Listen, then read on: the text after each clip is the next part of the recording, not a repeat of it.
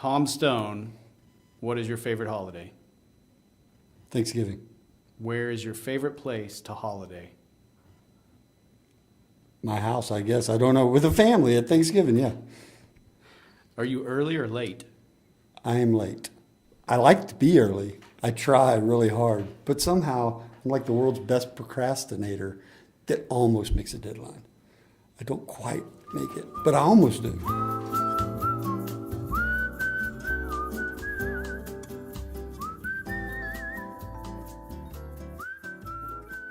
Tom Stone is the premier freelance camera operator in all the land. He is the example to be held up and emulated.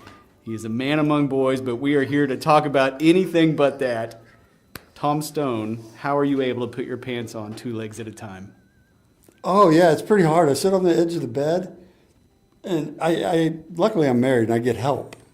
And my wife holds one side, and I hold the other, and I kind of slide down, and I'm in. I'm gone, and I'm ready to go. And working. Yeah, I'm going. I'm ready to go. Well, first of all, thanks for being here. Remember the Titans? No. It was a movie I never saw, but I do remember when Oral Roberts University, your alma mater, were the Titans. It was a simpler time. Yeah, it was. It was. Till PC came along, and then they couldn't be the Titans because that was like a Greek mythology thing, and it's Oral Roberts, and you can't be the Titans. And then they got in some kind of trouble, and they went to NAIA, and they said, we can't come back as the same thing, so the Golden Eagles, why not? Yeah, Yeah. makes sense for Tulsa. Absolutely. How in the hell did you end up at ORU? I actually went there on a TV scholarship and worked in the TV department for the Oral Roberts Variety.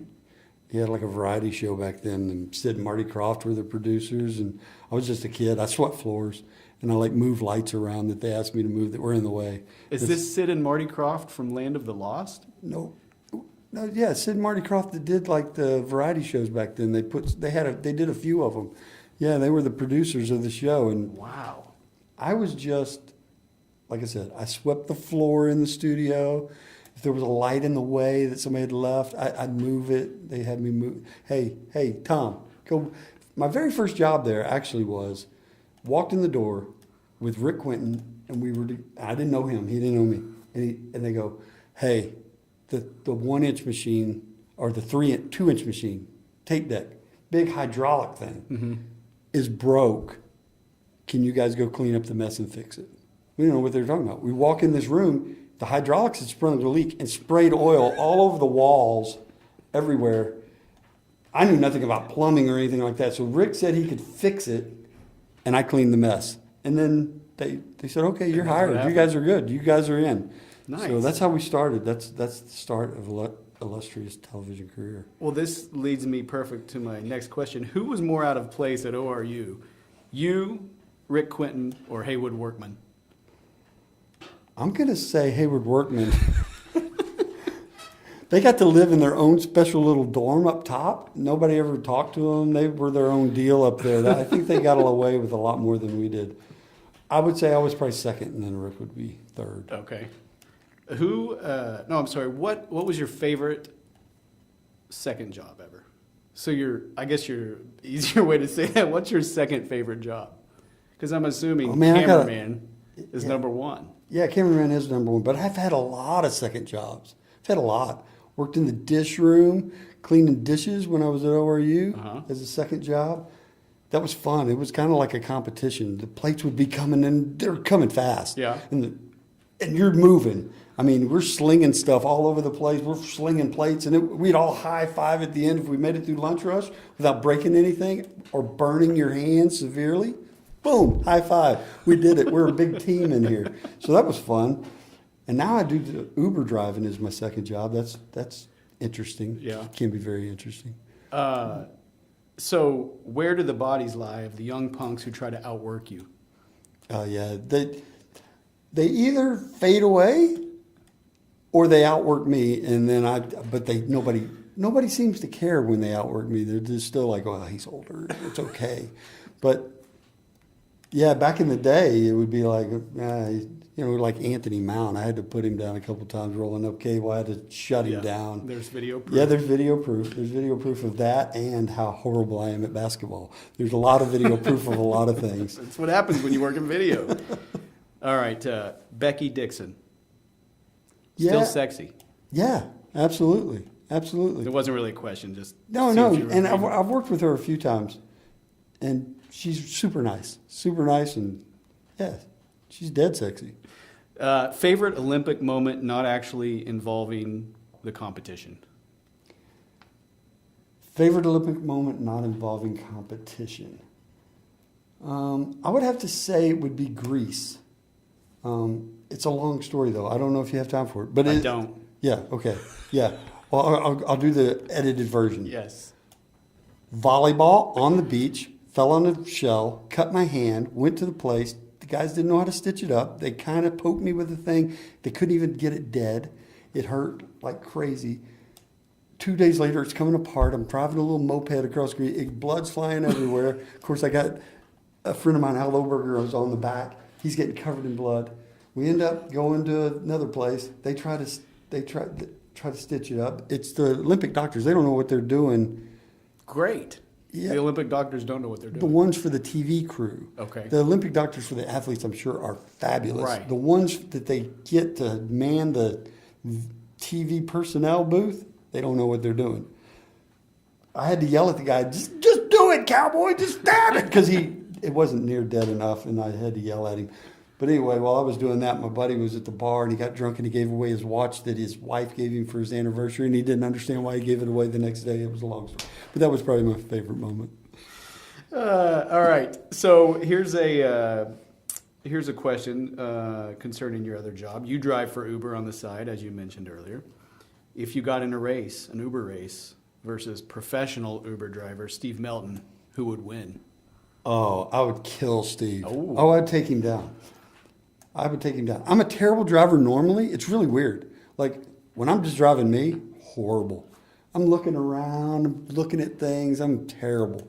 I wander, change. But you get in the zone, Oh, the auto zone. I get if you into will. the Uber zone. The Uber I zone. lock in. I got my GPS. Don't want to miss a turn. Can't let the person down. I got to get them there on time.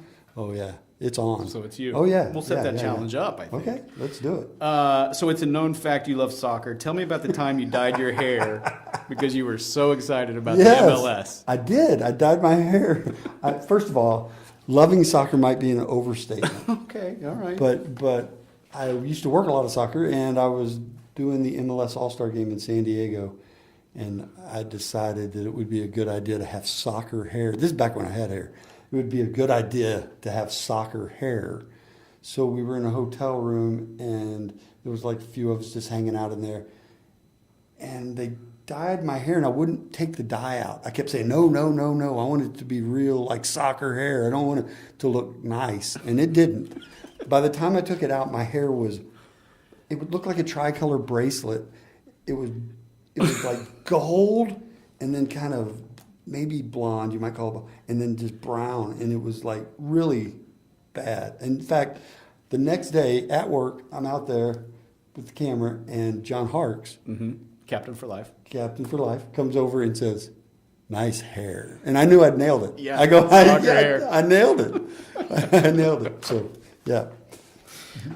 Speaking of soccer, well, first of all, breaking news: nobody knew you don't have hair anymore. Yeah. because you always have a hat on. That's big time. Oh, yeah. Nobody knows that.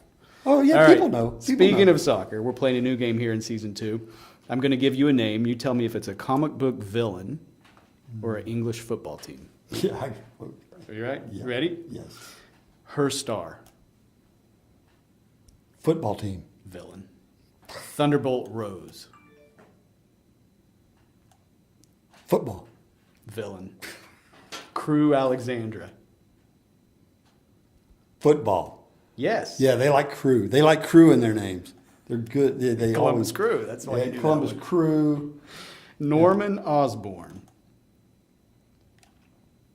That's football. That's a villain. 1 for 4. Accrington Stanley. See, that's a trick question because that sounds like football for sure. I'm just going to say football. Football. See, I'm going to get some right if I stick with my answer. If I just stick with football for every single one, Well, yeah, of I'm course. going to get it. It's going to work out. for me. Omega Red. That's like a fish oil. Yeah. Yeah. It's like Omega 3 or B or. Oh, okay. And soccer players probably, it's soccer. It's football. That's a villain. Wrexham. I don't even want to go there. That doesn't sound right. But I'm going to go football. Yes. Man, see? All right, a couple more. Maidstone. Villain. Football club. I changed one time. One time. All right, here's a redo. Maidenhead. Villain. Football club. I changed it the wrong time. I decided to go villain, and now they're all football. Blackpool. Football. Yes. Yes, I'm back. Soccer. I would have had 3 in a row. Savannah. Villain. Yes. Ugh. Crawley. Football. Yes. Man, I'm on a roll. Last one. Oh, we can stop. I'm on a roll. Last one. This is it. Arsenal. That's football. That's a trick question. That's also the villain. I don't know. If you're a Chelsea fan. Yeah. All right. You got it right. You did Man, good. don't You go did deep. good. Don't go deep on the soccer thing. went a deep dive. Yeah, you went deep. They're also a villain if you're whatever. Thanks, Tom Stone. Special thanks to Anthony Mount for being my co-host today. If you know Anthony, you know how hard it was for him to sit here and not say a word. And remember, kids. Yeah, I have no idea. Remember what? Oh, well, yeah. If you love your job, your work's half done.